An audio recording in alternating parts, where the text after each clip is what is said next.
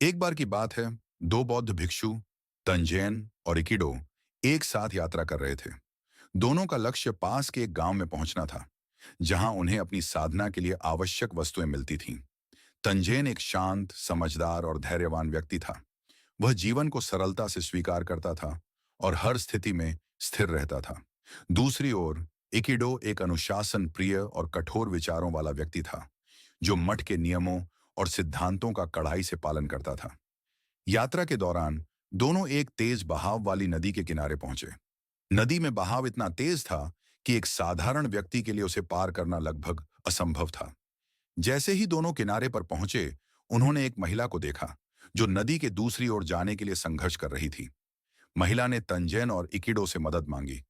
इकिडो ने तुरंत मना कर दिया और कड़क आवाज में बोला, हम भिक्षु हैं, हमें महिलाओं को छूने की अनुमति नहीं है। मठ के नियम स्पष्ट हैं और मैं किसी भी स्थिति में इन नियमों का उल्लंघन नहीं कर सकता। महिला की आंखों में निराशा और चिंता साफ दिखाई दे रही थी। तंजैन ने एक पल के लिए महिला की ओर देखा और फिर चुपचाप आगे बढ़ा। उसने महिला से कहा, आइए, मैं आपकी मदद करता हूं। तंजैन ने महिला को अपनी पीठ पर उठाया और नदी में उतर गया।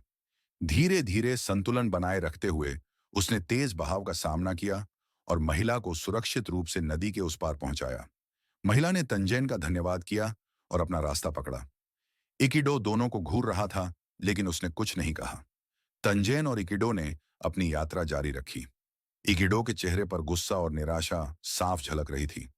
दोनों एक साथ चल रहे थे, लेकिन इकिडो ने एक भी शब्द नहीं बोला। 2 घंटे तक दोनों चुपचाप चलते रहे। इकिडो का गुस्सा धीरे धीरे बढ़ता जा रहा था। अंत में वह रुका और तंजैन की ओर मुड़कर गुस्से से चिल्लाया, तुमने मठ के नियमों का उल्लंघन किया है। हमें सिखाया गया है कि हम महिलाओं को छू नहीं सकते। तुमने उसे नदी के पार क्यों पहुंचाया? क्या तुम्हें शर्म नहीं आई? तंजैन ने शांति से मुस्कुराते हुए इकिडो की ओर देखा और बड़े ही विनम्र स्वर में कहा, भाई, मैंने उस महिला को नदी के उस पार छोड़ दिया था, लेकिन तुम उसे अब तक अपने मन में उठाए हुए हो। इकिडो इस जवाब से हैरान रह गया। वह कुछ भी कहने की स्थिति में नहीं था। उसकी आंखें खुल गईं और उसे एहसास हुआ कि वह बीते हुए क्षण की सोच में कितना फंसा हुआ था। उसने समझा कि तंजैन ने महिला को केवल शारीरिक रूप से उठाया था, लेकिन इकिडो उस घटना को अपने मन में ढो रहा था। यह कहानी केवल तंजैन और इकिडो की नहीं है, बल्कि ये हमारी जिंदगी का आईना है। हम में से कितने लोग ऐसी बातों पर बार बार सोचते हैं जो कभी खत्म हो चुकी हैं। किसी ने हमें बुरा कह दिया, बॉस ने डांट दिया, किसी ने ऑनलाइन नेगेटिव कमेंट कर दिया, और हम उस बारे में दिन भर सोचते रहते हैं। तंजन और इकिडो की कहानी हमें सिखाती है कि हमें अतीत को जाने देना चाहिए। तंजन ने महिला को उठाया और उसे छोड़ दिया, लेकिन इकिडो ने उसे अपने मन में पकड़ कर रखा। यही गलती हम भी करते हैं। हम अपनी समस्याओं, असफलताओं और दूसरों की कही बातों को बार बार दोहराते रहते हैं। यह कहानी हमें एक और महत्वपूर्ण पाठ सिखाती है, अतीत को छोड़ना सीखें।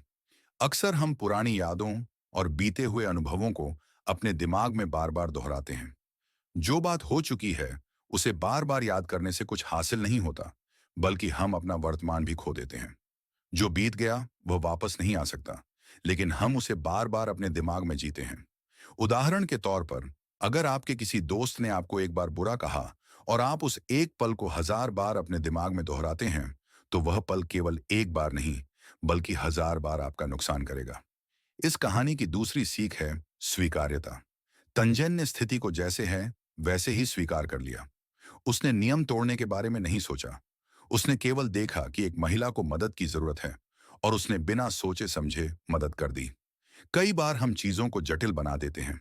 हम हर स्थिति में सही गलत की तलाश करते हैं, जबकि कई बार केवल स्वीकार करना ही सही रास्ता होता है। अगर बारिश हो रही है और आप परेशान हैं, तो क्या आपका गुस्सा बारिश को रोक सकता है? नहीं। लेकिन अगर आप इसे स्वीकार कर लें और उसे उसी रूप में मान लें, तो आप उस पल का आनंद ले सकते हैं।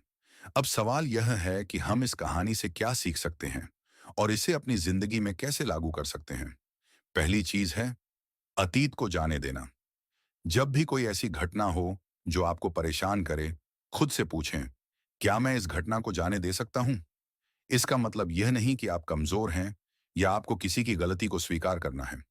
इसका मतलब है कि आप अपनी मानसिक शांति को प्राथमिकता दे रहे हैं। दूसरी चीज है, हर दिन 5 मिनट की चुप्पी का अभ्यास करें। दिन में 5 मिनट के लिए बैठें और अपनी सांसों पर ध्यान दें। जैसे जैसे विचार आपके मन में आए, उन्हें पकड़ने की कोशिश न करें। बस उन्हें देखें और जाने दें। ये अभ्यास आपको अपने विचारों के प्रति जागरूक बनाएगा और आपको मानसिक शांति देगा। तीसरी चीज है अनुशासन में रहना, लेकिन कठोर नहीं बनना। अनुशासन जरूरी है, लेकिन कठोरता आपको तनाव में डाल सकती है। इकिडो ने नियमों का कठोर पालन किया, जबकि तंजैन ने लचीलापन दिखाया। नियम बनते हैं हमें सही दिशा देने के लिए, लेकिन हर स्थिति में लचीलापन दिखाना भी जरूरी है।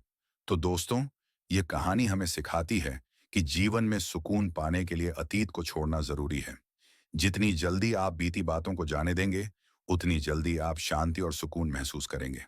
तंजैन ने केवल उस महिला को उठाया, जबकि इकिडो उस महिला के विचारों को अपने साथ ढो रहा था। अब आपको तय करना है, आप तंजैन बनना चाहते हैं या इकिडो।